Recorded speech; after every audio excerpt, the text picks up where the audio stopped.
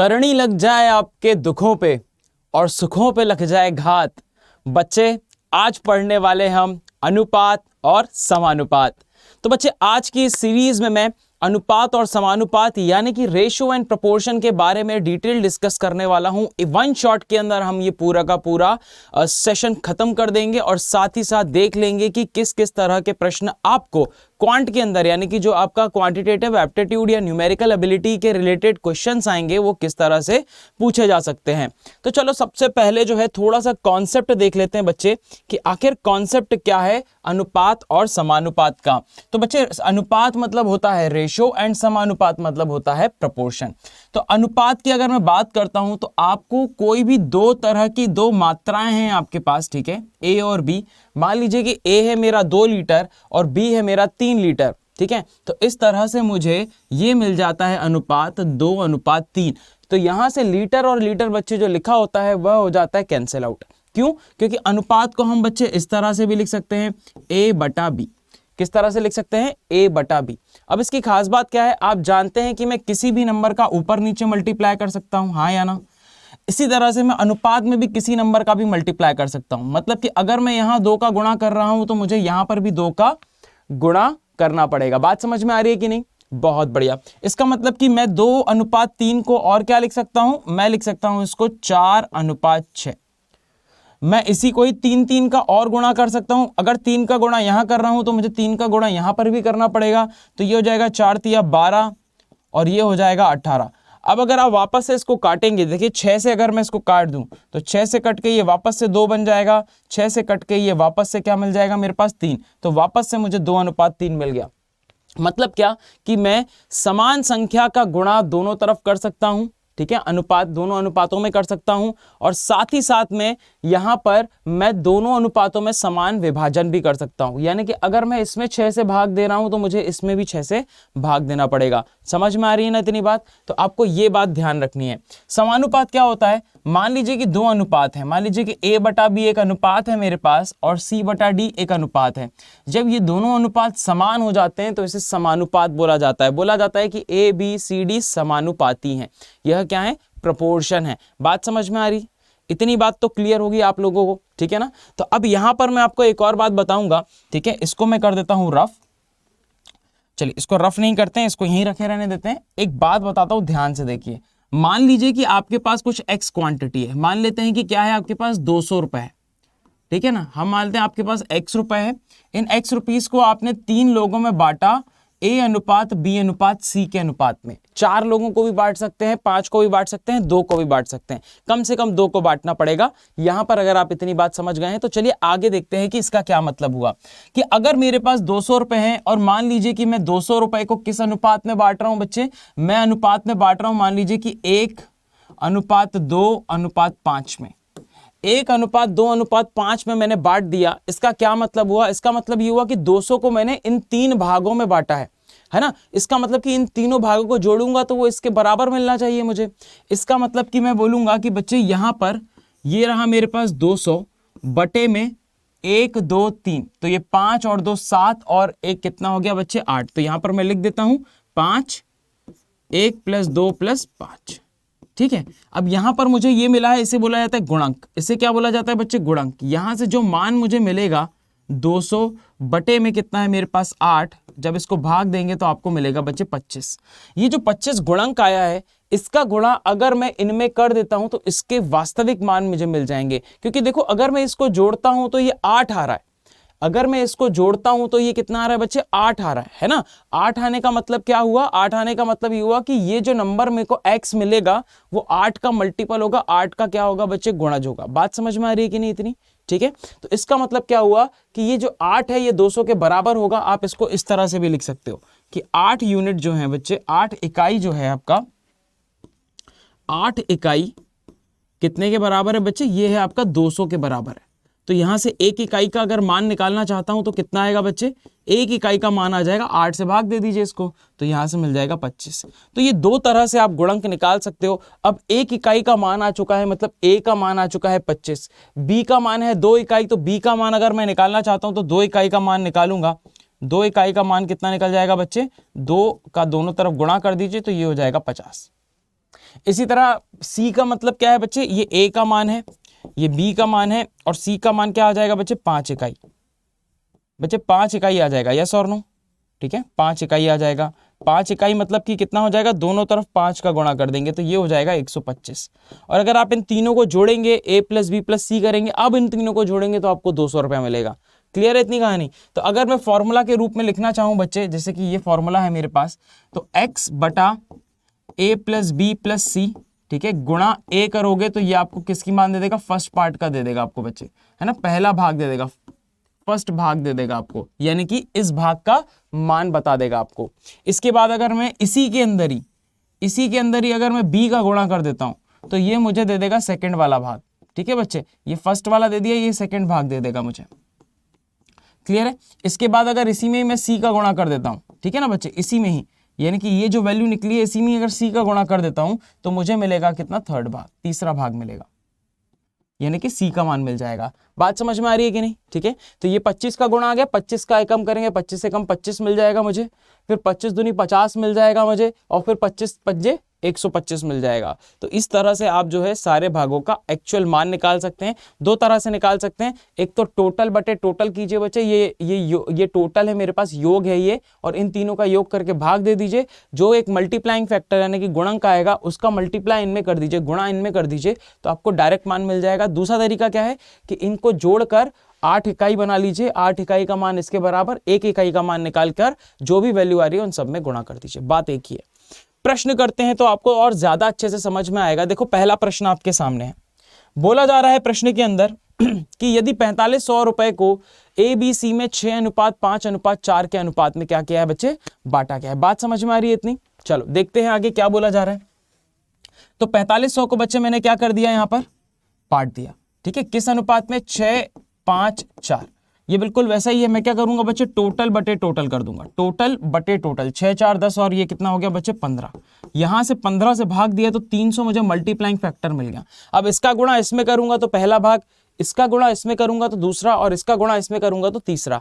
Question में बोला जा रहा है बी का हिस्सा बताओ। देखो ये ए था, ये बी था और ये सी था। बी का हिस्सा कितना है, 5। तो मुझे क्या निकालना है बच्चे, 5 में 300 का गुणा कर देना है। 5 दिया होता है 15, और ये 1500 इस प्रश्न का आ गया बिल्कुल सही उत्तर। क्लियर, आगे बढ़ते हैं। मेज और कुर्सी की लागत का अनुपात 9:4 है। मेज की लागत कुर्सी की लागत से 1200 रुपए अधिक है। अब देखो यहां पे ये है बच्चे मेरे पास मेज और कुर्सी। क्या है बच्चे, ये मेज और कुर्सी है मेरे पास, और ये किस अनुपात में है, इनका जो मूल्य है या लागत बोल सकते हैं, कितना है बच्चे, 9:4 में। ठीक है बच्चे, 9 अनुपात किस में है, 4 में है। इतनी बात क्लियर है सबको, बहुत बढ़िया। अब बोला जा रहा है क्या कि मेज की लागत कुर्सी की लागत से 1200 रुपए अधिक है। देखो ये रहा मेज, मेज की लागत है 9 यूनिट, 9 इकाई, और कुर्सी की लागत है 4 इकाई। तो अगर मैं सिर्फ रेशो की बात करता हूं तो मुझे पता चलता है कि भाई ये इससे कितना इकाई ज्यादा है, 5 इकाई ज्यादा है। ये इससे कितना इकाई ज्यादा है बच्चे, 5 इकाई ज्यादा है, हाँ या ना, ये इससे 5 इकाई ज्यादा है। 5 इकाई ज्यादा है कि नहीं। लेकिन प्रश्न में बोल रहा है कि इस मेज जो है वह कुर्सी से 1200 रुपए ज्यादा है। मतलब कि ये जो 5 इकाई इससे ज्यादा है, ये एक्चुअली में जो रुपीस के फॉर्म में है बच्चे, जो रुपए के रूप में है, वह कितना है, 1200 रुपया। बस 5 से भाग दे दो यहां पर, तो 1 इकाई का मान मिल जाएगा आपको। ठीक है, 5 से भाग दे दो, तो 5 से भाग दूंगा तो आ जाएगा बच्चे आपके पास 240 रुपया। ठीक है, 240 रुपया। पूछ क्या रहा है, एक कुर्सी की कीमत बताओ। ये रही एक कुर्सी की कीमत है 4 यूनिट। 4 का आप गुणा कर देंगे दोनों तरफ, 4 इकाई का मान मुझे निकालना है। 4 का मैंने दोनों तरफ गुणा कर दिया तो ये हो जाएगा 960 रुपए। 24 चौक 96 और ये 0, 960 रुपए बच्चे इस प्रश्न का बिल्कुल सही उत्तर होने वाला है। ऑप्शन नंबर बी क्या होगा इस प्रश्न का बिल्कुल सही उत्तर। आई होप कि आपको ये क्वेश्चन क्लियर है ना। चलो बच्चे अगले प्रश्न पे चलते हैं। बोला जा रहा है राहुल अपनी आय का कुछ भाग खर्च कर देता है और शेष भाग बचाता है, उसके व्यय और बचत का अनुपात इतना है। पहले तो आपको यह पता होना चाहिए कि आय बराबर होता है व्यय प्लस बचत, व्यय प्लस बचत, है ना, ये बात आपको पता होना चाहिए। इसका मतलब कि अगर मैं व्यय और बचत को अगर जोड़ता हूं, यानी कि अगर मैं यहाँ फॉर्मूले के फॉर्म में लिखना चाहूं तो I is equal to income is equal to expenditure plus saving, इस तरह से रहता है। ठीक है ना, आय बराबर व्यय प्लस बचत। तो अब अगर मेरे पास व्यय और बचत का अनुपात है तो इनको अगर मैं जोड़ देता हूं, ठीक है, देखो यहां पर क्या है आपके पास, व्यय यानी एक्सपेंडिचर और सेविंग, इसका अनुपात देके रखा हुआ है 6:1।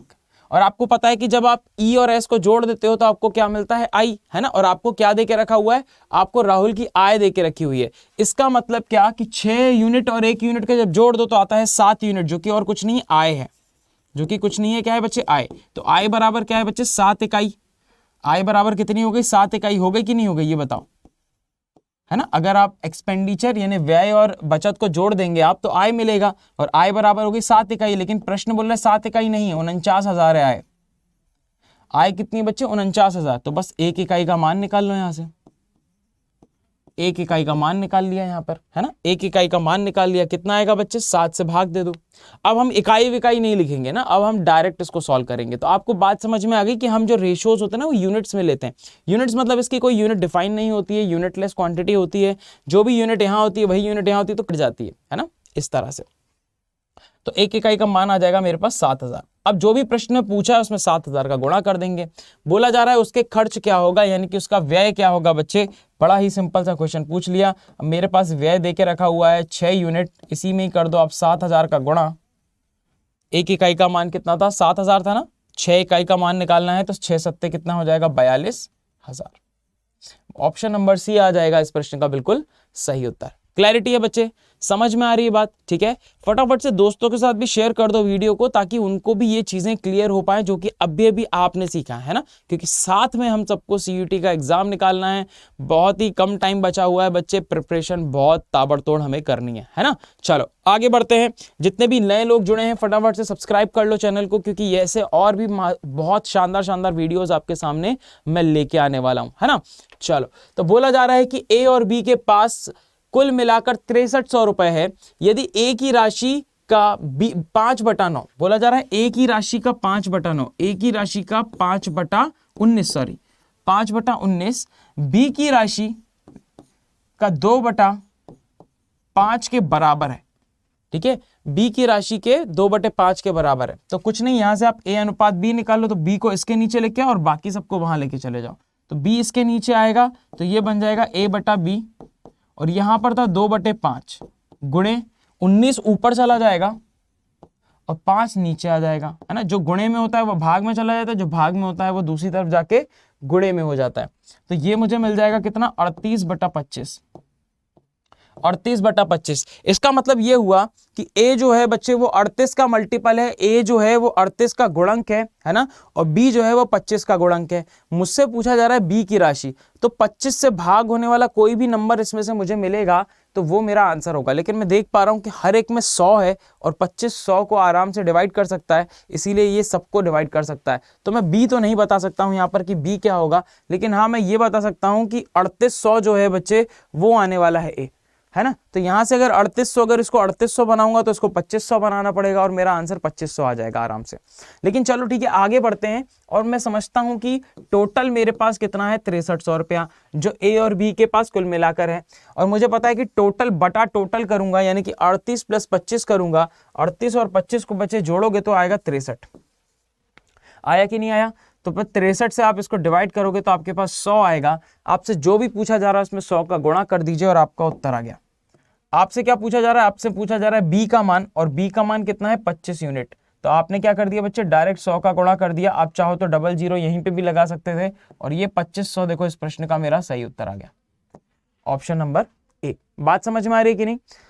अगर ए पूछ लेता मुझसे तो मैं डायरेक्ट बोलता कि मेरा 3800 है। क्यों, क्योंकि यहां पर जो भी नंबर होगा बच्चे उसमें 100 का गुणा होगा, लेकिन ये 38 मेरा एज इट इज होगा। यूनिट के अंदर जो नंबर होता है बच्चे, जैसे कि मैंने यहाँ 63 बनाया है, ये 63 का मतलब ये है कि जो भी मेरे टोटल वैल्यू होगी वो हमेशा 63 का गुणक होगी, 63 का मल्टीपल होगी।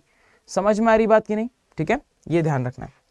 आगे बढ़ते, फिर बोला जा रहा है देखो आपको 3 रेशो देके रखे, 3 अनुपात देके रखे, और बोला जा रहा है कि इसको असेंडिंग ऑर्डर में जमाओ, आरोही क्रम में। आरोही मतलब होता है बढ़ते क्रम में, ठीक है। असेंडिंग या आरोही क्रम क्या होता है, बढ़ते क्रम में। बढ़ते क्रम का क्या मतलब होता है, बढ़ते क्रम का मतलब ये होता है बच्चे कि आपको पहले छोटा वाला लिखना है, फिर बड़ा लिखना है। इसी तरह दूसरा होता है बच्चे आपका डिसेंडिंग ऑर्डर, ठीक है। दूसरा क्या होता है बच्चे आपका डिसेंडिंग ऑर्डर होता है।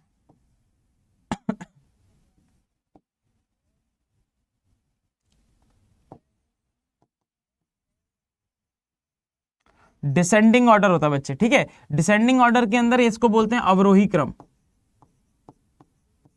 अवरोही क्रम। तो जैसे ये बढ़ता क्रम है, ये घटते क्रम में लिखना होता है हमें, ठीक है। किस में लिखना होता है बच्चे? घटते क्रम में हमें लिखना होता है, ठीक है। ये ध्यान रखना है आपको। तो आपको आरोही में बढ़ते क्रम में लिखना है, मतलब सबसे छोटा फिर बड़ा फिर बड़ा। डिसेंडिंग अवरोही क्रम में आपको क्या रखना है बच्चे? पहले बड़ा फिर छोटा फिर छोटा, ठीक है। तो यहां पर अनुपात देके रखे ना, इसको आप फ्रैक्शन में लिख लो, इस तरह से भिन्न के रूप में लिख लो। 1/3, 4/7 और 2/5। क्लियर है? अब ऊपर जो है बच्चे 1 बना दो, ऊपर बना दो 1। तो ऊपर यहां तो 1 है पहले से ही, यहां पर 1 बनाने के लिए इसको 7 के नीचे लेके आओ। तो इसको मैं कैसे लिखूंगा? ये 1/3, ये हो जाएगा 1/7/4, ठीक है। और ये हो जाएगा बच्चे आपके पास 1/5/2। ये 2 जो है इसके नीचे आ जाएगा जब आप इसको नीचे लेके आएंगे। अब ऊपर बन चुका है सब जगह 1, तो ये बन जाएगा 1/3। ये बन जाएगा बच्चे कितना? 4 से भाग दोगे तो 1.75 आएगा, 1.75। और इसको भाग दे दोगे तो बच्चे ये आएगा 1/2.5। अब ध्यान रखना आपको कि अगर मेरा अंश समान है, ठीक है। अंश क्या होता है? अंश बटे हर में होता है आपका। अंश मतलब न्यूमरेटर, और ये रहा मेरा हर मतलब डिनोमिनेटर। तो अगर अंश क्या है? समान। अंश अगर समान है तो बड़े हर वाला भिन्न का मान, बड़े वाले, ठीक है, बड़े वाले भिन्न का मान, यहां पे बड़े वाले बना देता हूं बच्चे, बड़े वाले भिन्न का मान, ठीक है, कम होगा। बड़े वाले बड़े हर वाले भिन्न का मान क्या होगा? कम। इसका मतलब क्या हुआ कि ऊपर अगर मेरा समान है, न्यूमरेटर समान है, तो यहां पर जो वैल्यू बड़ी होगी ना, वो मुझे छोटा मान देगी। अगर आप ध्यान से देखोगे तो सबसे बड़ी वैल्यू कौन सी है? नीचे 3 है। इसका मतलब कि ये सबसे छोटा है। तो 1/3 जो है बच्चे वो सबसे छोटा हो गया मेरे पास, ठीक है। 1/3 हो गया सबसे छोटा। अब इससे बड़ा कौन सा होगा? देखो इससे छोटा कौन सा है? तो ये वाला इससे छोटा है ना, लेकिन ये सबसे छोटा है। तो ये वाला इससे बड़ा है। तो अगर ये इससे बड़ा है तो ये क्या होगा बच्चे? इसके बाद आएगा मतलब मेरे पास 2/5। और फिर फाइनली मेरे पास आएगा ये वाला बच्चे सबसे छोटा है, मतलब कि इसका मान सबसे बड़ा होगा। ये ध्यान रखना है। नीचे वैल्यू जितनी कम होगी, मतलब भाग जितना कम दोगे उतना ज्यादा आपको मान मिलेगा। सिंपल सी बात है ना। अगर एक केक है आपका, उसके 2 पार्ट करोगे तो 2 लोगों को ज्यादा मिलेगा। वही अगर 12 पार्ट करोगे तो बाकी जितने लोग हैं उनको कम वैल्यू मिलेगी, है ना। तो अगर आप भाग ज्यादा दे रहे हो तो वैल्यू कम हो जाएगी, भाग कम दे रहे हो तो आपका मान बढ़ जाएगा। तो यहां पर मैं बोल सकता हूं कि बच्चे 4/7 जो होगा ये इससे बड़ा होगा। बड़ा सिंपल से तरीके से हमने ये आंसर निकाल दिया। कौन सा है? देखिए 1:2:5, 4:7, ऑप्शन नंबर डी, ठीक है। तो ये सिंपल सा है, ये टेक्निक याद रखिएगा। एक ही टेक्निक बता रहा हूं, इस टेक्निक से आप आराम से आंसर निकाल सकते हैं। इसके बाद यहां पर देखिए ये है भैया भिन्नों का, ये आपके क्या कहते हैं, अनुपातों का क्या है बच्चे? ये कॉम्बिनेशन है। इनको हमको कंबाइन करना है बच्चे। क्या करना है? इनको मिलाना है, मिक्स करना है। मिक्स करने के लिए आपको करना कुछ नहीं होता। कंबाइन करने के लिए बच्चे, जोड़ने के लिए आपको दोनों अनुपातों में ना एक क्वांटिटी समान होनी चाहिए। जैसे इन दोनों में बी समान है। अब हमारा दूसरा मकसद ये होता है कि बी जो समान है उसको समान बनाना, ठीक है। तो हमें क्या निकालना है बच्चे? ए अनुपात बी अनुपात सी निकालना है, जिसमें से कि ए अनुपात बी 5:2 है और बी अनुपात सी कितना है? 2:3। तो ये जो समान क्वांटिटी है बच्चे, अगर ये पहले से ही समान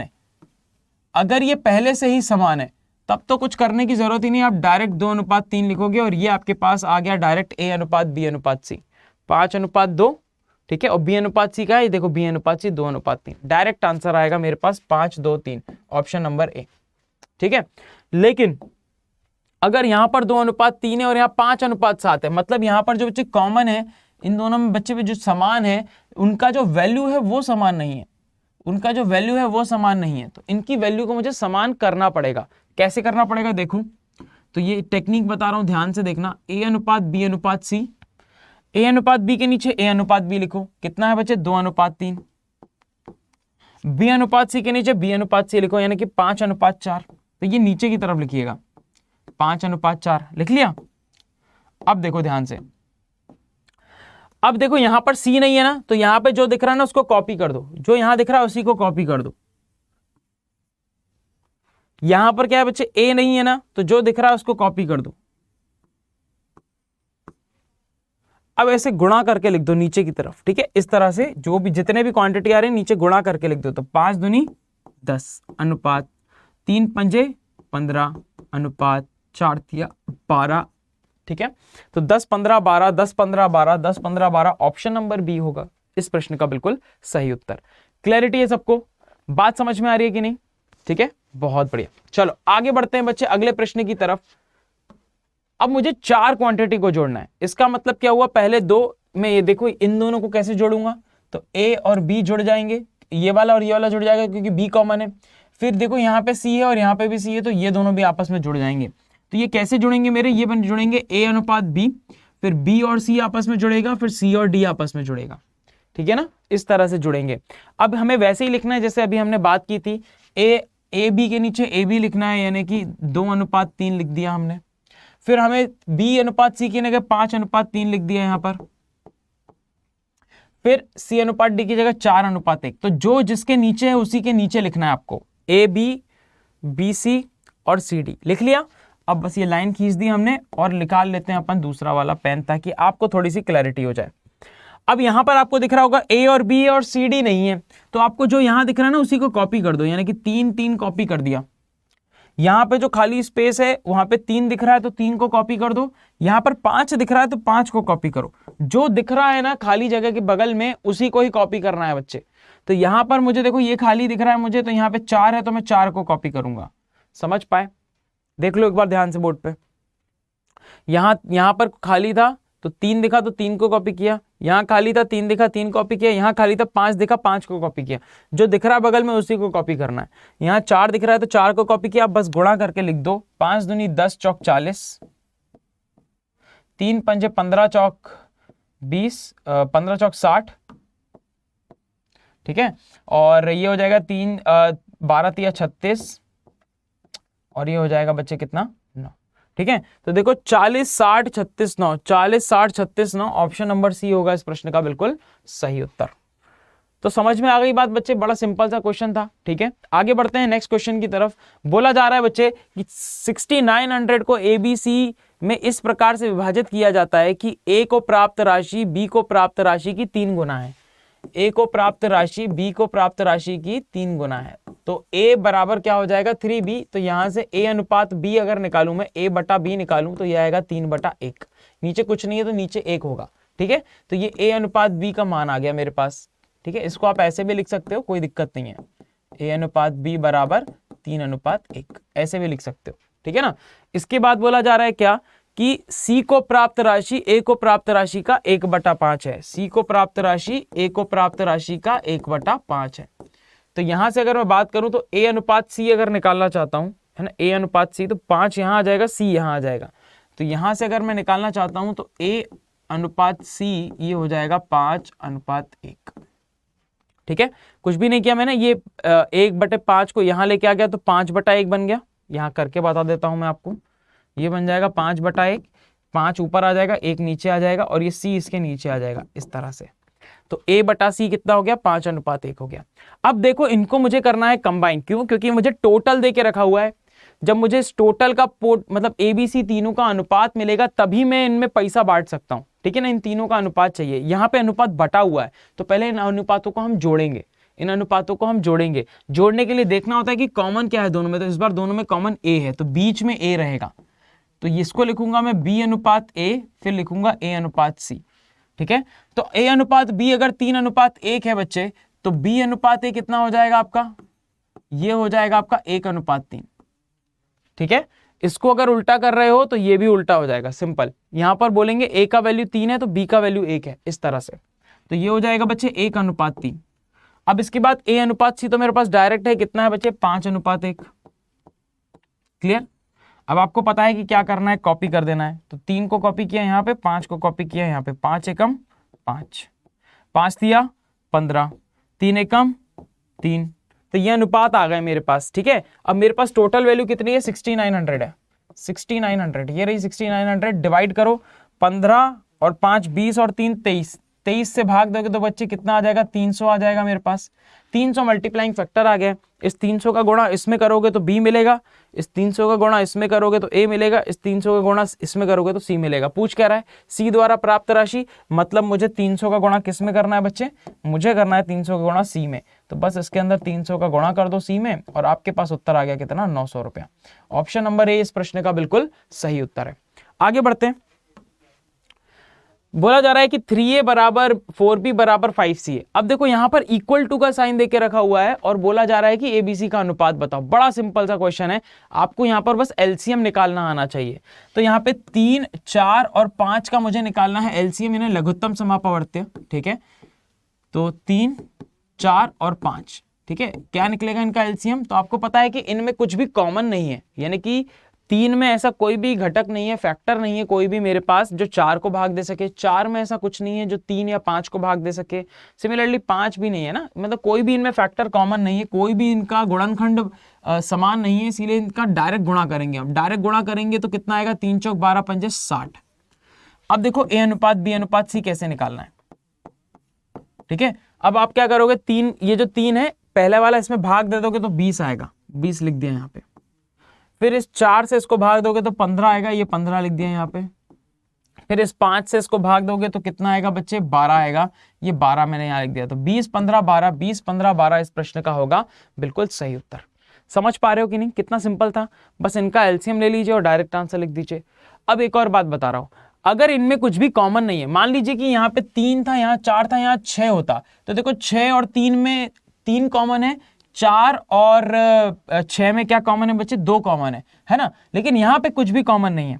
अगर कॉमन है तो एलसीएम लीजिए, लेकिन अगर कॉमन नहीं है तो उस केस में देखो डायरेक्ट कैसे करना है। अगर मुझे 3a लिखा हुआ है यहाँ पे, मतलब a का वैल्यू निकालना है तो a को छुपाओ, 4 पंजे 20। फिर b का मान निकालना है तो 5 तिया 15। फिर c का मान निकालना है तो 3 चौक 12। इस तरह से डायरेक्ट लिखोगे, आपका डायरेक्ट आंसर आएगा। समझ में ली, अच्छी लगी शॉर्ट ट्रिक, लाइक करो यार वीडियो को फटाक से, है ना, शेयर करो दोस्तों के साथ जल्दी से। आगे बढ़ते हैं। अब अगर आपको यहां इक्वल टू का साइन है लेकिन बटे में आपको देके रखा हुआ है, बटे में देके रखा हुआ और पूछ रहा बच्चे a अनुपात b अनुपात c अनुपात d बताओ क्या होगा। तो बच्चे ये जो बटे में दिख रहा है ना आपको, यही आपका उत्तर है। ये जो बटे में दिख रहा है बच्चे, यही आपका उत्तर है। डायरेक्ट आंसर इसको लिख दो, 3, 5, 7, 4। ज्यादा दिमाग नहीं लगाना है, 3, 5, 7, 4, 3, 5, 7, 4। ऑप्शन नंबर सी इस प्रश्न का होगा बिल्कुल सही उत्तर। शॉर्ट ट्रिक याद रखना, हमेशा काम करेगी ये वाली। पिछली वाली में एलसीएम लेना था, इसमें डायरेक्ट आंसर आपको मिल जाएगा। ठीक है, आगे बढ़ते हैं।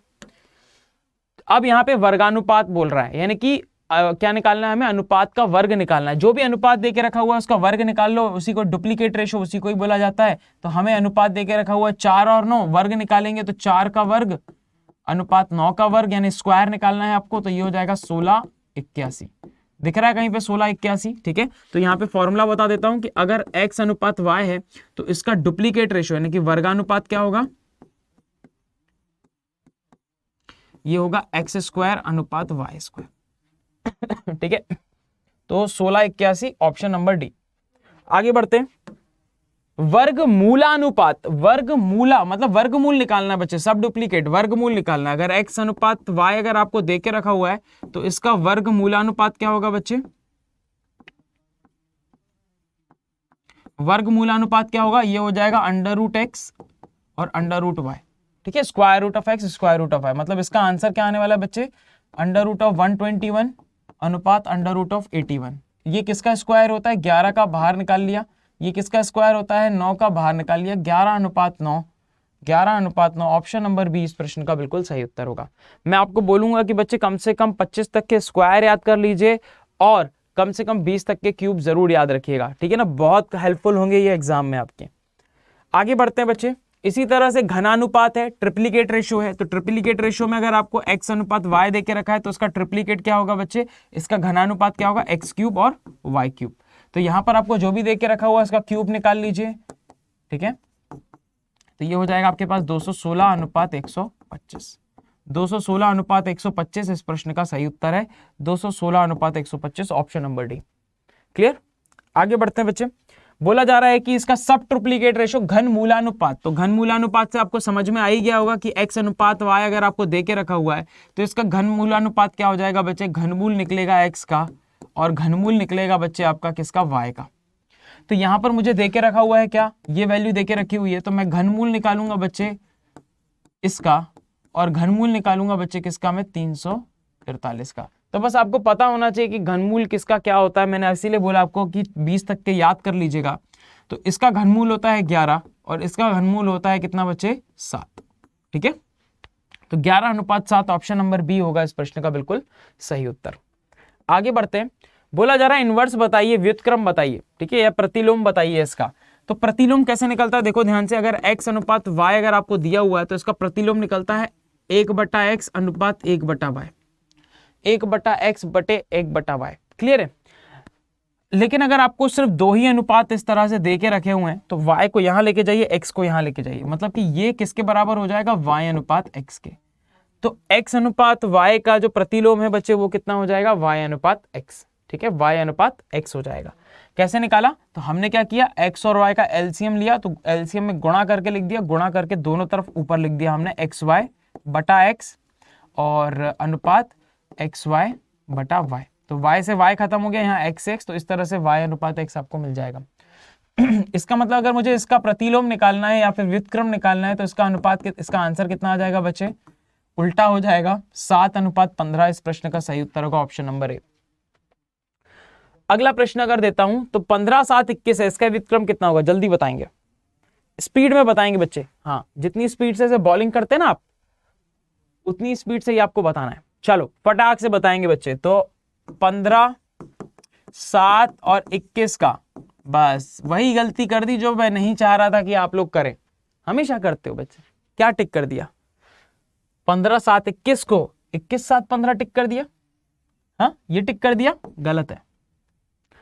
मैंने आपको बताया था कि व्युत्क्रम का मतलब होता है क्या, कि इसको उल्टा लिख दो, और उल्टा लिखने के बाद जब इसको हम सॉल्व करते हैं बच्चे तो मुझे देखना होता है कि इनमें इसका एलसीएम लेना होता है बच्चे, इसका लेना होता है एलसीएम और सब में गुणा करना पड़ता है, फिर हम काट के निकालते हैं।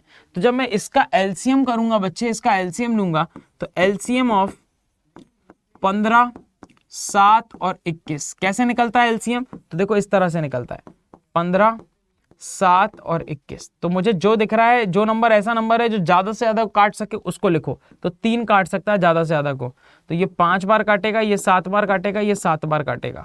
फिर मुझे दिख रहा है 7, तो ये हो गया 5 और 7 एक बार जाएगा, फिर ये एक बार जाएगा। तो बस अब आपको यहाँ 1 1 मिल गया, यहाँ 5 है, तो 3 7 और 5, तो इन सबका गुणा कर दो, 3 × 7 × 5, तो आपके पास आ जाएगा कितना, 27 पंजे कितना आ जाएगा बच्चे, 135। ठीक है, तो 135 क्या आ जाएगा बच्चे, इन सब का गुणनफल। ठीक है, तो यहां पर आप चाहो तो इसका भी डायरेक्ट लिख सकते हो, यहां पर मतलब इसको मैं लिख सकता हूं कितना, 3 × 7 × 5 बटे 15, फिर अनुपात 3 × 7, या फिर आप डायरेक्ट भी लिख सकते हो, ऐसा कोई टेंशन वाला बात नहीं है। ठीक है, हम डायरेक्ट ही लिखते हैं। ठीक है, 135 बटे 15 अनुपात 135 बटे 7। ठीक है, क्या हमने सही लिखा है यहाँ पर, 7 थी या 21, गलत लिख दिया ना, 105 होना चाहिए यहाँ पे, है ना। मैंने इसको 27 लिख दिया गलती से, कोई दिक्कत नहीं है, 105 होना चाहिए, है ना। तो यहाँ 35 पंजे 105 आ जाएगा, या फिर 21 पंजे 105 आ जाएगा, तो यहाँ पर होना चाहिए बच्चे 105। ठीक है, अब आ जाएगा मेरे पास कितना, 105 बटे 21। अब कट जाएगा, देखो ध्यान से, 15 से कटेगा 7 बार, 7 से कटेगा 15 बार और 21 से कटेगा 5 बार। तो ये है 7 15 5, 7 15 5, ऑप्शन नंबर सी इस प्रश्न का बिल्कुल सही उत्तर है। तो कैसे निकाला हमने, आपको निकालना है एलसीएम और उसका गुणा कर देना है सब में, इस तरह से आपका ये उत्तर निकलेगा। ठीक है, ये बात आपको ध्यान रखनी है, बहुत इंपॉर्टेंट बात है ये। आगे बढ़ते हैं। अब देखो यहाँ पर वही सेम चीज है, तो ये रेशो आपको देके रखा हुआ फ्रैक्शन में। एक तो रेशो पहले से ही भिन्न होता है, उसको भी भिन्न के रूप में लिख दिया, ऐसा तो नहीं चलेगा काम। तो यहाँ पर अगर मैं बात करता हूं बच्चे, तो इसको पहले सॉल्व करना पड़ेगा। कैसे सॉल्व करेंगे, देखो यहाँ पे तो 1/2 है, तो मैंने आपको बताया था कि नीचे वालों का ले लो एलसीएम। तो जब आप 2 3 और 4 का बच्चे एलसीएम लोगे तो ये आएगा आपके पास कितना, 12। कितना आएगा बच्चे, 12। और ऊपर जो संख्या है उनको एज इट इज लिख दो। ठीक है, यहाँ पे मैं सिखा रहा हूँ, ध्यान से देखो कि डायरेक्ट कैसे निकालना है। ऊपर जो संख्या है एज इट इज लिख दो, गुणा इस तरह से 2 गुणा इस तरह से 3 गुणा। ठीक है। तो मैंने ऊपर का 1 2 3 लिख दिया और गुणे में लिखा है मैंने नीचे वाली वैल्यूज को। नीचे वाली वैल्यूज को कैसे सॉल्व करते हैं, तो बच्चे नीचे वाली वैल्यूज को हम लिख लेते हैं कितना, 12। ठीक है, इसका हम एलसीएम निकाल लेते हैं 12, फिर 2 से इसको भाग दिया तो 6 आया, ये 6 यहां पे लिख दिया। ठीक है, देखो यहां पे ये 6 यहां पे लिख दिया। फिर 3 से इसको भाग दिया तो कितना आएगा, 4, तो ये 4 यहां लिख दिया।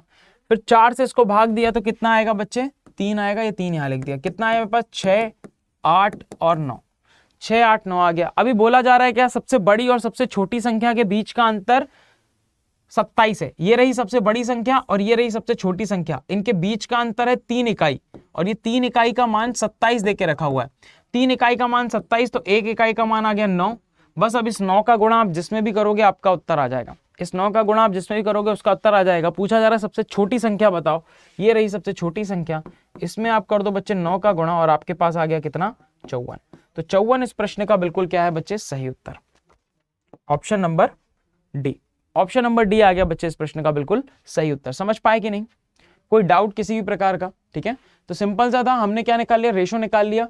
ऊपर वाले नंबर को आपको एज इट इज लिखना है क्योंकि वो ऊपर ही है ऑलरेडी। नीचे वाले नंबरों को आपको एलसीएम निकालना है और इसका भाग देके आपको ऊपर लिखते जाना है, खत्म, इतना ही करना है।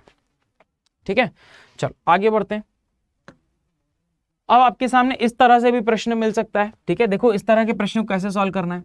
तो a बटा b प्लस सी आपको देके रखा हुआ है कितना, ये देके रखा हुआ है 3/4, है ना। इसको हम बटे के रूप में भी लिख सकते हैं। फिर वापस से देके रखा हुआ है b बटा a प्लस सी बराबर 2/3। अब आपको क्या देखना है बच्चे कि इसका योग और इसका योग बराबर मिलना चाहिए, यानी कि यहां पर योग करता हूं तो आता है a प्लस बी प्लस सी, और यहां पे योग करता हूं तो मिलता है 7 यूनिट। यहां पर योग करता हूं तो आएगा आपके पास a प्लस बी प्लस सी, वही है, प्लस को तो आगे पीछे लिख सकते हैं, तो a प्लस बी प्लस सी हमने लिख दिया। टोटल जोड़ेंगे, यहां टोटल जोड़ रहा हूं तो मेरे को 5 मिल रहा है। क्या ये बराबर है, तो अगर ये बराबर नहीं मिल रहे हैं तो इनको बराबर करो। बराबर कैसे होगा, तो आपको पता है बच्चे कि 7 पंजे 35 होता है और 5 सत्ते भी 35 होता है, तो इस तरह से आप बराबर कर दोगे। क्लियर है, बराबर कर दिया। अब यहां पर आपने कितने का गुणा किया, 5 का, तो 5 का आप ऊपर नीचे यहां पे भी गुणा कर दोगे। 5 का गुणा आप यहां पे भी कर दोगे बच्चे, आपके पास जो वैल्यू मिलेगी, ठीक है, जो वैल्यू आपको यहां पे मिलेगी वो क्या मिल जाएगी बच्चे, तो ये मिल जाएगी ऊपर 15 और नीचे मिल जाएगी आपको कितनी, 20। नीचे मिल जाएगी बच्चे 20। ठीक है, यहां पर 7 का गुणा किया है तो यहां पे भी ऊपर नीचे 7 का गुणा कर दीजिए। अब देखिए यहाँ पे 7 दूनी हो गया 14 और ये हो गया 21। अब जोड़िए इसको तो 35 आ रहा है, अब जोड़िए इसको तो 35 आ रहा है। अब मतलब मेरी इक्वेशन सही हो चुकी है, तो मेरे पास डायरेक्ट मान मिल चुके हैं। मेरे पास बच्चे डायरेक्ट मान है, मतलब a का मान होगा मेरा ये, b का मान होगा ये, c का मान निकालना है तो a का मान मेरा 15 आया था, ये अगर 15 है तो 15 में बताओ बच्चे क्या जोड़ू कि 21 आया, तो आप बोलोगे सर 6 जोड़ दो, तो c का मान आ गया मेरे पास 6। यहां से भी निकाल सकते हो, जैसे b का मान 14 है तो ये रहा मेरा 14, ये 14 आ चुका है मेरे पास, तो 14 में कितना जोड़ूं कि मेरे को 20 मिले, तो आप बोलोगे सर 6 जोड़ दो। तो यहां से निकालोगे तब भी 6 आएगा, वहां से भी निकालोगे तब भी 6 आएगा, मतलब मैंने सही कैलकुलेशन किया हुआ है यहाँ पे, है ना। इसका मतलब अब मुझे आंसर निकालना है a अनुपात b अनुपात c। तो a आ चुका है मेरा 15, b आ चुका है मेरे पास कितना, b आ चुका है 14, b आ चुका है 14 और c आ चुका है 6। ठीक है, इन सबको जोड़ोगे तो टोटल मिलेगा 35। ये देखो 35 यहाँ पे है ना, 15 और ये 6 4 14 24, 6 और 16 और 6 कितना हो गया 20, 20 और 15 कितना हो गया 35। तो 15 14 6, 15 14 6, ऑप्शन नंबर डी इस प्रश्न का क्या हो जाएगा बच्चे, बिल्कुल सही उत्तर। समझ पा रहे हो कि नहीं, है ना। ऑप्शन नंबर डी क्या हो जाएगा इस प्रश्न का बिल्कुल सही उत्तर। क्लैरिटी आ रही है, मजा आ रहा है। ठीक है, जितने लोगों को समझ नहीं आ रहा एक बार थोड़ा सा रिवाइंड करके देखो बच्चे, समझ में आ जाएगा, नई चीजें है ना आपके लिए। ठीक है, तो क्लैरिटी आ जाएगी आपको। फटाक से आपको करना कुछ नहीं है, फटाक से सब्सक्राइब कर लो बच्चे चैनल को, जितने भी नए हैं, और जितने नए बच्चे अभी जुड़े हैं, जो सब्सक्राइब कर चुके हैं, लाइक कर दो भाई जल्दी से, है ना। चलो आगे बढ़ते हैं। एक कक्षा में लड़के और लड़कियों का अनुपात 3:7 है। जब 20 और लड़कियों को कक्षा में शामिल किया जाता है या हो जाती हैं तो 9 कितना 26 हो जाता है। तो देखो बॉयज और गर्ल्स की बात हो रही है, ये रहे बॉयज और ये रही गर्ल्स। तो बॉयज और गर्ल्स की यहां पर बात हो रही है, बोला जा रहा है कि इनका अनुपात कितना था 3:7। फिर क्या हुआ कि 20 और लड़कियां आ गई तो अनुपात हो गया मेरे पास 9:26। अब बस मुझे इतना बताओ कि कक्षा में मान लो 5 लड़के थे, ठीक है, या फिर बोल सकते मान लो 3 लड़के थे कक्षा में और मान लो 7 लड़कियां थी, अभी 20 लड़कियां और आ गई, तो उससे लड़के की संख्या बढ़ेगी क्या क्लास में? नहीं बढ़ेगी, सिंपल सी बात है। मतलब लड़के जितना पहले थे उतने ही अभी होंगे। अगर हम सिर्फ लड़कियों को ऐड कर रहे हैं क्लास के अंदर तो उस केस में सिर्फ लड़कियां बढ़ेंगी, लड़के नहीं बढ़ेंगे, लड़के समान रहेंगे, जितना पहले थे उतने अभी रहेंगे। तो देखो अभी लड़के कितने दिखा रहा है, 9 है कि नहीं, पहले दिखा रहा है 3, तो मतलब ये दोनों तो समान होना चाहिए ना। अब इनको समान करने के लिए मैं क्या करूं? तो आप बोलोगे सर देखो या तो आप 9 में 3 का भाग दो, लेकिन 9 में 3 का भाग देंगे तो 26 में भी 3 का भाग देना पड़ेगा, और 26 में 3 का भाग तो जाएगा नहीं। तो 9 में सर आप 3 में 3 का गुणा कर दो, तो आपको 7 में भी 3 का गुणा करना पड़ेगा, बस इतना ही करना पड़ेगा आपको, है कि नहीं? क्योंकि एक जगह पे जो गुणा करता हूं मुझे दूसरी जगह पे भी करना पड़ता है, एक जगह जो भाग दूंगा वो दूसरी जगह भी करना पड़ता है। तो जब मैंने 3 से 3 का गुणा किया तो यहां पर मुझे मिल गया 9 और यहां 7 दिया, मिल गया मुझे 21। तो मुझे पता चला कि अगर मेरे बॉयज समान हैं तो गर्ल्स जो है वो 21 से कितनी हो गई है, 26 हो गई है। मतलब कि गर्ल्स जो है वो कितना यूनिट बढ़ी है बच्चे, 5 यूनिट बढ़ी है। मगर प्रश्न बोल रहा है कि कितनी लड़कियां बढ़ी है, 20 लड़कियां बढ़ी है। मतलब ये 5 इकाई जो है बच्चे वो 20 के बराबर है। तो मल्टीप्लाइंग फैक्टर यानी 1 का मान कितना मिल गया, 5 से भाग दे दीजिए तो 4। मतलब 4 का गुणा मैं जिसमें भी करूंगा वो मुझे सही आंसर देगा। पूछा जा रहा है कि कक्षा में लड़कों की संख्या बताओ, लड़कों की संख्या कितनी है, 9। इसमें 4 का गुणा कर दोगे बच्चे तो आपको एक्चुअल वैल्यू मिल जाएगी यानी कि 36। लड़कियों की पूछता है तो लड़कियों की पूर्व में अलग थी और बाद में अलग थी। तो पूर्व वाली पूछता है तो 21 में 4 का गुणा कर देंगे तो 84 मिल जाएगा आपको, वो पूर्व वाली है। और 26 में 4 का बच्चे आप गुणा कर दोगे तो आपको बाद वाली मिल जाएगी। बात समझ में आ रही है? कितना मिल जाएगा बच्चे आपको, 104 मिल जाएगा। क्लियर कहानी? ठीक है, तो ये ध्यान रखना है। तो यहां पर मेरे पास 36 इस प्रश्न का बिल्कुल सही उत्तर होगा। आगे बढ़ते हैं। रवि और उसके पिता की वर्तमान आयु के बीच का अंतर 14 वर्ष है। अब ध्यान से एक बात समझो बच्चे कि चाहे रवि और उसके पिता हो, चाहे मैं हूं और आप हो, चाहे आप और आपके पिता हो, चाहे आप और आपकी बहन हो, चाहे आप और आपकी दोस्त हो, ठीक है, जो भी हो, ठीक है, उनके बीच में जो आयु का अंतर है बच्चे, वो आपका अंतर हमेशा समान रहने वाला है। वह 10 साल, वो 5 साल पहले भी समान था और वो 10 साल बाद भी समान रहने वाला है। क्या इतनी बात क्लियर है? क्योंकि डेट ऑफ बर्थ तो बच्चे सेम होती है ना, सबकी नहीं, मतलब कि जो डेट ऑफ बर्थ रहती है वो जब तक वो बच्चा है तब तक उसकी सेम रहती है। तो इस कारण से वो अंतर हमेशा आपका बराबर रहता है, समझ गए? यानी एक व्यक्ति 2002 में पैदा हुआ है और एक व्यक्ति सन 2000 में पैदा हुआ है, तो इसके बीच का जो अंतर होगा बच्चे वो हमेशा क्या होगा, समान होगा। क्लियर है कि नहीं? हमेशा वो 2002 वाला हमेशा 2 साल छोटा होगा सन 2000 में पैदा होने वाले से। तो इसीलिए आपको याद रखना है कि चाहे हम आगे जाएं चाहे पीछे जाएं, हमेशा अंतर समान होता है। रवि और उसके पिता की वर्तमान आयु के बीच का अंतर 14 है। 7 वर्ष पहले उनकी आयु का अनुपात 3:5 था। 7 वर्ष पहले को कैसे लिखूंगा, -7 ईयर्स। 7 वर्ष पहले रवि और उसके पिता, ये रहे रवि और उसके पिता मतलब फादर लिख देते हैं, चलो ठीक है, रवि और उसके पिता। तो RF लिख दिया। रवि का क्या था, 3:5 में थे। ये 7 वर्ष पहले थे और बोला जा रहा है कि उनके बीच का अंतर 14 था। तो अगर वर्तमान में उनके बीच का अंतर 14 है तो 7 वर्ष पहले भी तो 14 रहा होगा। सिंपल सी बात है ना? अंतर हमेशा समान होता है, ध्यान रखिएगा। तो इनके बीच का जो अंतर है बच्चे वो कितना है, मेरे पास 2 यूनिट दिख रहा है, मगर ये किसके बराबर है, 14 वर्षों के बराबर है। तो 1 यूनिट का मान कितना आ गया बच्चे, 7 वर्ष, है ना, 2 से भाग दे दिया, 1 यूनिट का मान आ गया 7 वर्ष। मुझसे पूछा जा रहा है कि पिता की वर्तमान आयु बताओ। देखो ये रही पिता की आयु 5 यूनिट, ठीक है, पिता की आयु कितनी हो गई बच्चे, 5 यूनिट हो गई। तो इसमें हम कितने का गुणा कर देंगे, 7 का, तो ये आ जाएगा 35। लेकिन ये जो 35 आया ना, ये 7 साल पहले का है। तो अगर प्रेजेंट का निकालना है, वर्तमान का निकालना है, तो प्रेजेंट में आने के लिए 7 साल बाद का हमको बताना है। तो इसमें 7 और जोड़ देंगे हम, तो मेरे पास आ जाएगा कितना, 42। तो बच्चे 42 साल जो है इस प्रश्न का बिल्कुल सही उत्तर है। 42 साल क्या हो जाएगा इस प्रश्न का बिल्कुल सही उत्तर। ये टेक्निक काफी नई होगी आप लोगों के लिए, अगर आती है पहले से तो बहुत अच्छी बात है, नहीं आती तो रिवाइंड करके एक बार फिर से समझ लीजिए, ठीक है। चलो आगे बढ़ते हैं। 5 वर्ष पूर्व रीना और मीना की आयु का अनुपात कितना था, 2:3, ठीक है। बहुत काम की चीजें बता रहा हूं, ध्यान से समझना। रीना और मीना की बात चल रही है यहाँ पे। रीना और मीना की 5 वर्ष पहले की जो आयु थी वो कितनी थी, 2:3। फिर बोला जा रहा है कि 5 वर्ष बाद उनकी आयु 4:5 हो गई, यानी कि प्रेजेंट से 5 साल बाद। तो 5 वर्ष बाद मतलब +5 ईयर्स के बाद 4:5 हो गया।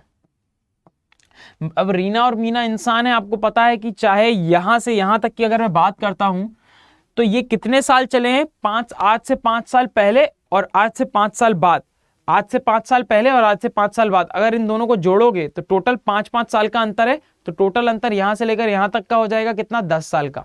ठीक है ना बच्चे, ये 5 साल का, ये प्रेजेंट है मेरा, ये 5 साल का अंतर है, ये पेन दिख रहा है आपको, फिर यही 5 साल पीछे की तरफ भी है।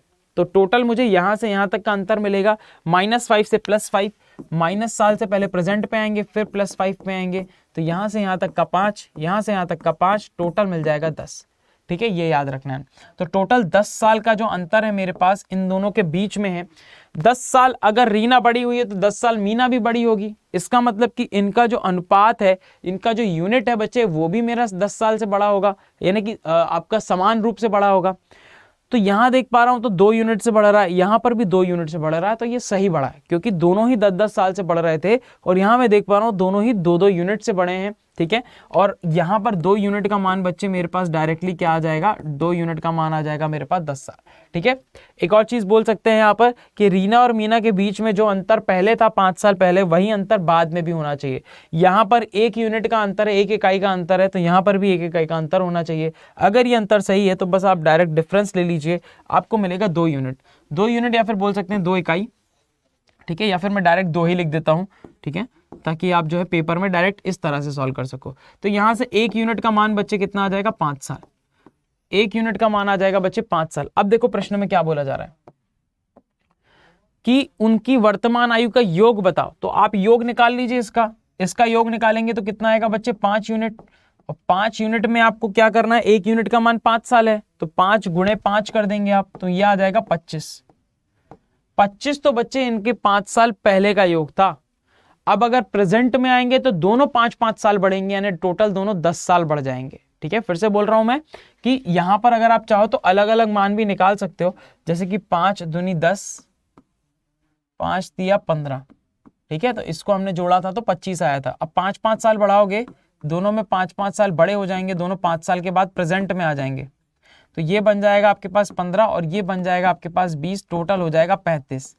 मैं बोल रहा हूं कि इस तरह से ना निकालते हुए आप डायरेक्ट दोनों को 5-5 साल आगे बढ़ा दो, यानी टोटल 10 साल आगे बढ़ा दो। 3 लोग होते 5 साल आगे बढ़ाते टोटल 15 बढ़ता, 4 लोग होते तो 5-5 साल आगे बढ़ाते तो टोटल कितना बढ़ता, कुल योग में अगर हम बढ़ाएंगे तो टोटल कितना बढ़ेगा बच्चे, 5 साल आगे बढ़ा रहे तो 5 गुणा जितने लोग हैं, है ना। तो आपके पास टोटल कितने लोग हैं, 2 लोग हैं, तो 5 दूनी 10 आगे बढ़ेगा तो डायरेक्ट 35 आप यहां से आंसर निकाल सकते हो। ठीक है, और ये अदरवाइज क्या कर सकते हो बच्चे, आप इस 5 का गुणा इसमें करोगे तो 10 साल आ जाएगा, 5 का गुणा इसमें करोगे तो 15 साल आ जाएगा। ये 5 साल पहले के हैं, 5 साल बाद में ये प्रेजेंट में आ जाएंगे, वर्तमान पूछा है आपसे, तो ये 15 ये 20 टोटल करोगे तो कितना आएगा, 35। सिंपल है ना।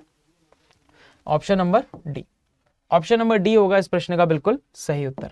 आगे बढ़ते हैं। 10 वर्ष पहले सुनील के पिता की आयु, है ना, 10 वर्ष पहले तो -10 ईयर्स।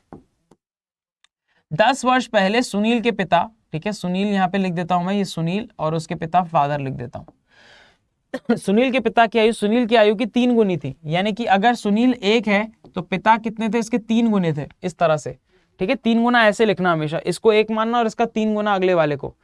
10 वर्ष के बाद यानी कि +10 ईयर्स, +10 ईयर्स उसके पिता की आयु सुनील की आयु से 2 गुनी है। ठीक है, यानी कि ये अगर 1 है तो ये कितना है बच्चे, 2। तो मैंने बताया था कि यहां से अगर यहां तक देखोगे तो -10 से +10 में आने में टोटल 20 साल लगेंगे। पहले -10 से 0 यानी प्रेजेंट में आएगा, फिर वापस 10 साल आगे जाएगा। तो चाहे 10 साल पहले की बात करूं चाहे 10 साल बाद की बात करूं, दोनों की आयु के बीच का अंतर हमेशा समान होगा, अंतर हमेशा समान होगा। यहां पर 2 यूनिट का अंतर है, यहां पर 1 यूनिट का अंतर है, गड़बड़ है ना। तो सबसे पहले अंतर को समान करो। देखो अंतर को समान करने के लिए क्या करना है, देखो यहाँ पे कितने का अंतर है, 2 का, यहाँ कितने का अंतर है, 1 का, है ना। अब इसका एलसीएम यानी कि ये 2 है तो इसको भी 2 बनाना है। इसको 2 बनाने के लिए क्या करूंगा बच्चे, 2 का गुणा कर दूंगा, सिंपल। यहाँ पर 1 का गुणा कर दो, यानी इसका गुणा यहाँ, इसका गुणा यहाँ, तो ये बन जाएगा 1:3। यहाँ पे 2 का गुणा कर दूंगा मैं तो 2:4 हो जाएगा। अब देखो यहाँ पे भी 2 का अंतर है, यहाँ पे भी 2 का अंतर है, यहां से देखूंगा तो एक का अंतर, यहां से देखूंगा एक का अंतर, मतलब कि यहां से एक यूनिट जो बड़ा है वो 20 साल के बराबर है। समझ में आ रही बात? देखो ना, यहां से लेकर यहां तक टोटल 20 साल बढ़े हैं, लेकिन अगर यूनिट में देखता हूं, इकाई में देखता हूं, तो केवल एक इकाई बढ़ा है।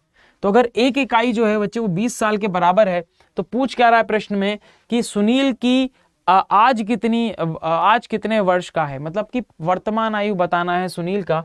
तो सुनील का ये रहा वर्तमान आयु, ये 10 साल पहले का है। तो एक का मान मुझे ऑलरेडी 20 आ चुका है बच्चे, तो ये सुनील का मान आ चुका है।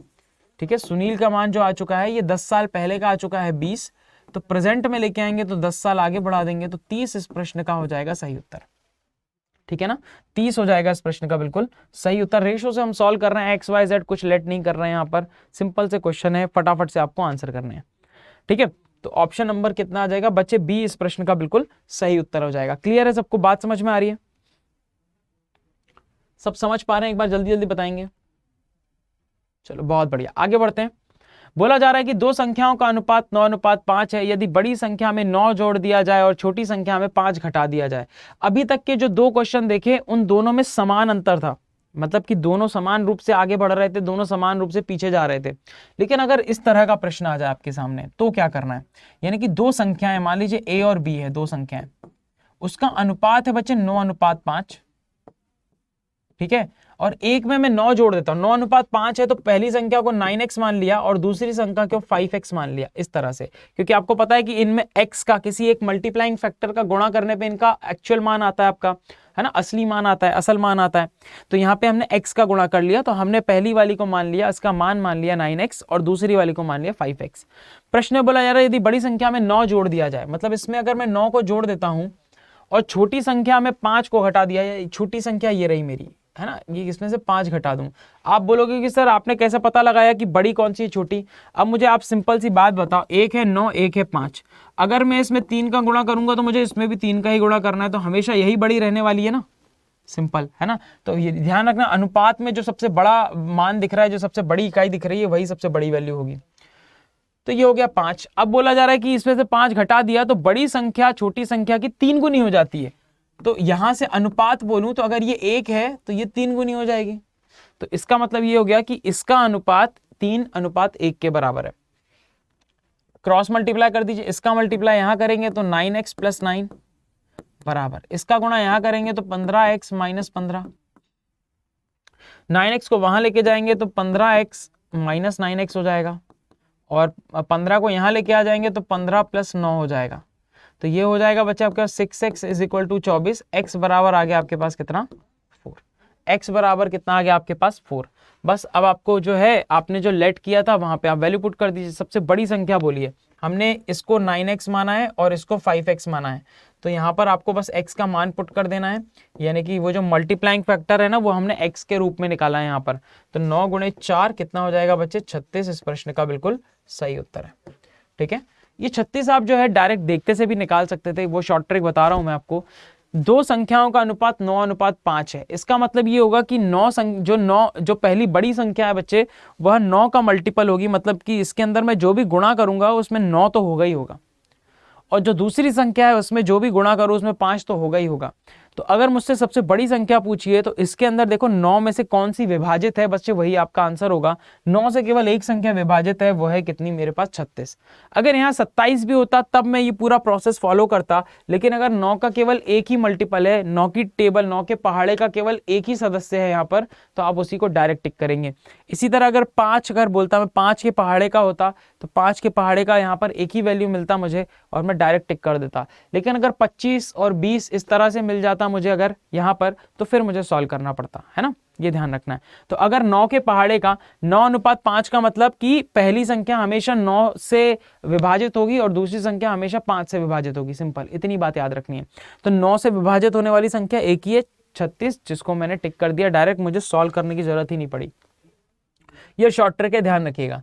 आगे बढ़ते हैं बच्चे। बोला जा रहा है एक बैग में 50 पैसे और 25 पैसे के सिक्के हैं और उनके मूल्यों का अनुपात 18:25:8 है। ठीक है ना, तो देखो कुछ इस प्रकार से बोला जा रहा है, 1 रुपया, 50 पैसा और 25 पैसा। ठीक है, अब आपको पता है कि 1 रुपए में 1 रुपए का एक सिक्का होता है, 1 रुपए में 50 पैसे के 2 सिक्के होते हैं और 1 रुपए में 25 पैसे के 4 सिक्के होते हैं। ये बात आपको पता होनी चाहिए।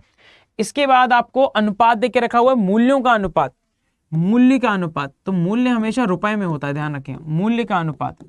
तो मूल्य का जो अनुपात है बच्चे वो देके रखा हुआ है 18, 25 और 8। तो इसको हम पढ़ेंगे, इसको हम कैसे पढ़ेंगे, अनुपात को हम पढ़ेंगे, ये रुपीज में होगा, मूल्यों का अनुपात रुपीज में होगा हमेशा।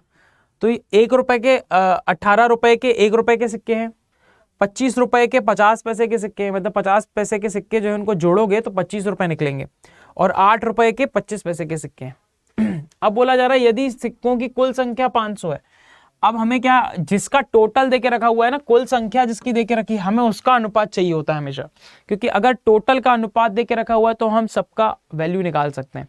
तो यहां पर मुझे कुल सिक्कों का अनुपात निकालना है। तो सिक्कों का अनुपात कैसे निकलेगा, देखो ध्यान से, ठीक है। सिक्कों का अनुपात, सिक्कों का अनुपात कैसे निकलेगा, सिक्कों का अनुपात, सिक्कों का अनुपात 18 रुपए है मेरे पास, 25 रुपए है और 8 रुपए हैं। 18 रुपए में 1 रुपए के कितने सिक्के, तो आप बोलोगे सर 18 ही रहेंगे, ठीक है, यहां पे लिख लेता हूं 18 ही रहेंगे। 25 रुपए है, 25 रुपए में 50 पैसे के कितने सिक्के होंगे, आप बोलोगे सर डबल होंगे, यानी कि 50 होंगे। फिर 8 रुपए हैं, उसमें 25 पैसे के कितने सिक्के होंगे, तो 8 × 4, ठीक है ना, 1 रुपए में 4 होते हैं, तो 8 रुपए में 8 × 4 यानी कि 32 सिक्के होंगे। बस ये आपके पास आ गया रेशो। और वहां पर कितना, अच्छा यहाँ पे थोड़ा सा आप चेंजेस कर लीजिएगा, चलो ठीक है, जरूरत नहीं है चेंज की, देख लीजिए यहाँ पर। तो टोटल मेरे पास कितना है बच्चे, 500 है, ठीक है, टोटल 500 सिक्के हैं। और यहाँ पर टोटल कितने सिक्के हैं, यहाँ पे टोटल करोगे तो 18 और 32 कितना हो गया मेरे पास, 50, और 50 100, तो 100 से मैंने भाग दे दिया, मेरे पास उत्तर आ गया कितना, 5। ये मल्टीप्लाइंग फैक्टर है, मतलब इस 5 का गुणा आप इसमें करेंगे तो 1 रुपए के सिक्के, इसमें करेंगे तो 50 पैसे के कितने सिक्के हैं, और इसमें करेंगे तो 25 पैसे के कितने सिक्के हैं, ये आपको पता चल जाएगा। और बोला जा रहा है क्या कि 50 पैसे के सिक्कों की संख्या बताओ, तो 50 पैसे के सिक्कों की संख्या ये है, ठीक है, इसमें बस आप गुणा कर दो और आपके पास उत्तर आ गया। कितने का गुणा करना है, ये आ चुका है, गुणा कितने का करना है, इंटू 5 कर देंगे बच्चे, तो 50 × 25 कितना आ जाएगा, 250। ऑप्शन नंबर बी इस प्रश्न का होगा सही उत्तर।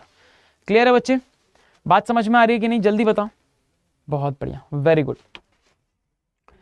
समानुपात की बात कर लेते हैं, ठीक है। समानुपात में मान लीजिए कि आपको बोला जाता है कि ए, बी और सी ये समानुपाती हैं। अगर बोला जाता है ए, बी और सी क्या है, समानुपाती हैं, तो इसका मतलब ये हुआ कि ए अनुपात बी समानुपाती है बी अनुपात सी के। और इसका मतलब होता है आपका कि ए अनुपात बी बराबर है बी अनुपात सी के, बराबर है बी अनुपात सी के। और इसका मतलब होता है बच्चे, इसका मतलब होता है कि ए बटा बी, ठीक है, इसका मतलब होता है कि ए बटा बी बराबर है बी बटा सी के। क्रॉस मल्टीप्लाई करेंगे तो बी स्क्वायर यहां आ जाएगा, तो इसका मतलब होता है बी स्क्वायर बराबर ए सी, ठीक है। अब आपको यहां पर बता दूं मैं ध्यान से, कुछ टर्म्स होती हैं वो याद रखनी है आपको। ये कहलाता है आपका प्रथम समानुपाती,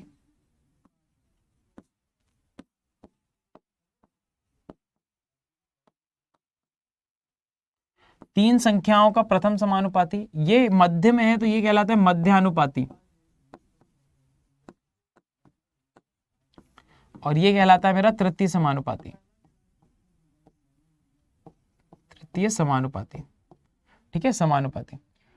तो फर्स्ट प्रोपोर्शन मीन प्रोपोर्शन कहलाता है बच्चे, मीन प्रोपोर्शन, ठीक है, मीन प्रोपोर्शन, और ये कहलाता है आपका थर्ड प्रोपोर्शन। अब अगर 4 क्वांटिटी है अगर आपके सामने, ठीक है, मान लीजिए 4 क्वांटिटी है, बोला जाता है कि ए, बी, सी, डी आपका जो है समानुपाती है, ये बोला जाता है। इसका मतलब हुआ कि ए अनुपात बी समानुपाती है सी अनुपात डी के। इसका मतलब ये हुआ कि ए अनुपात बी बराबर है सी अनुपात डी के। इसका मतलब ये हुआ कि ए बटा बी बराबर है सी बटा डी के। ठीक है बच्चे, ये ध्यान रखना है, ये प्रथम, ये द्वितीय, ये तृतीय, ये चौथा समानुपाती कहलाएगा। ठीक है, क्वेश्चन कैसे आएंगे देखो 4 और 9 का मध्यानुपाती बताओ। अभी मैंने बताया था मध्यानुपाती का क्या मतलब हुआ, मध्यानुपाती मतलब b का मान पूछ रहा है, तो ये a होगा और ये c होगा, तो a बटा b is equal to B बटा सी। अगर ये याद है तो अच्छी बात है, अगर बी स्क्वायर बराबर ए सी याद है तो भी अच्छी बात है। ठीक है, तो अगर ये याद कर लेते हो तो ज़्यादा अच्छा है, आपका डायरेक्ट आंसर निकल जाएगा। हालांकि इसको सॉल्व करना पड़ेगा तब आपके पास निकलेगा बी स्क्वायर बराबर ए सी। तो हमें निकालना है बी का मान। ए सी का मतलब हो जाएगा 4 गुणे 9, 4 गुणे 9 होता है 36, तो बी का मान आ जाएगा बच्चे कितना, 6।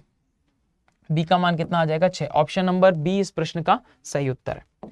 आगे बढ़ते हैं, बोला जा रहा है इसका चौथा समानुपाती बताओ। तो देखो 12/48 बराबर 16 बटे क्या, ये पूछा जा रहा है। तो ये है मेरे पास, चौथा पूछ रहा है तो ये ए होगा, ये बी होगा, ये सी होगा, सिंपल। तीसरा पूछता तो ये ए बी और ये डी होता है ना, तो हम सी को यहां पर लिख देते, ए बटा बी सी बटा डी। अब देखो इसको कैसे सॉल्व करना है, काटा पीटी करने की जरूरत नहीं है, बस ये देखो कि 12 में क्या गुणा करो कि 48 बने। आप बोलोगे 4, तो बस 16 में भी वही गुणा कर दो 4 का, तो 16 चौक 64, तो डी का मान आ गया 64, खत्म। Option number B. ठीक है, आगे बढ़ते हैं।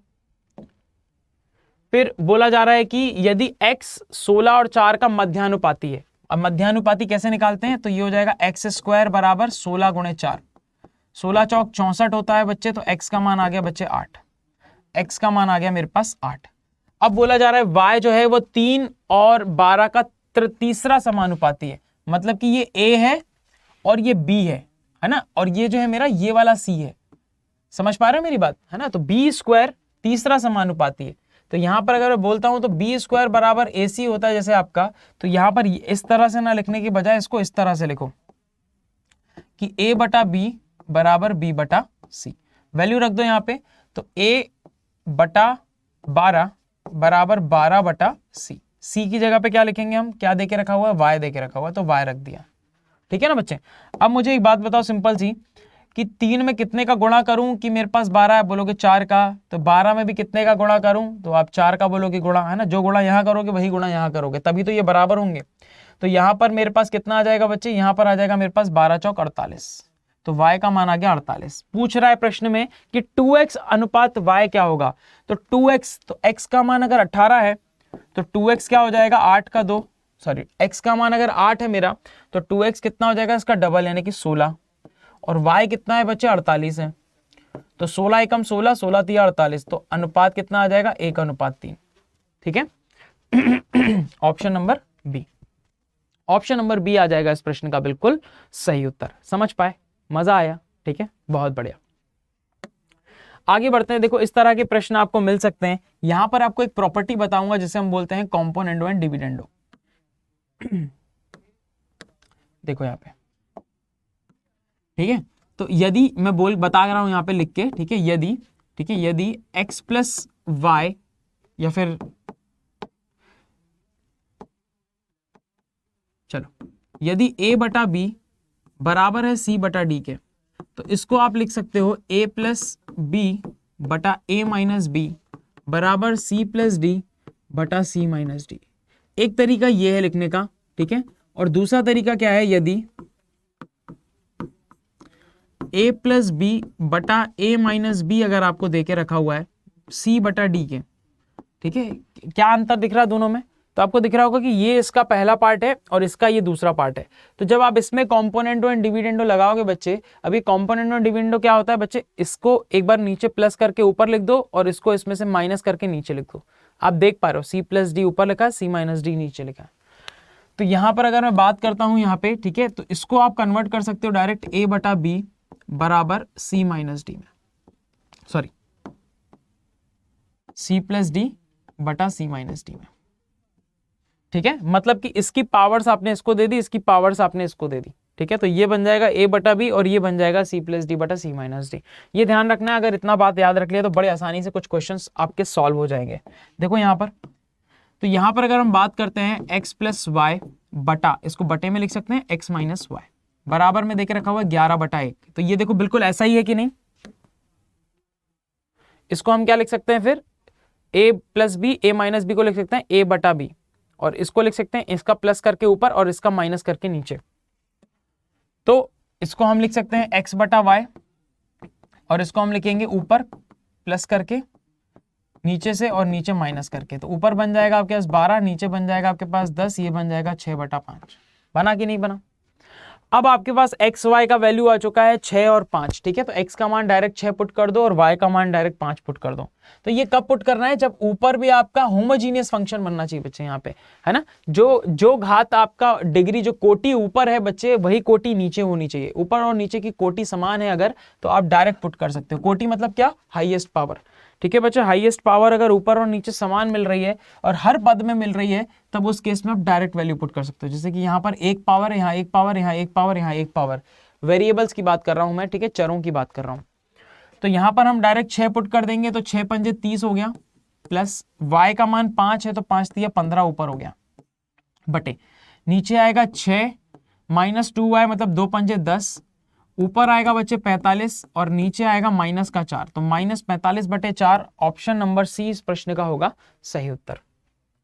आगे बढ़ते हैं बच्चे, एक वही सेम टू सेम आपको कंडीशन देके रखी हुई है, x प्लस वाई बटे एक्स माइनस वाई बराबर में है आपके पास 3/2, है ना। तो आप इसको क्या लिख सकते हो, x बटा वाई, 3 प्लस 2 ऊपर 5 आ जाएगा, 3 माइनस 2 नीचे आ जाएगा 1।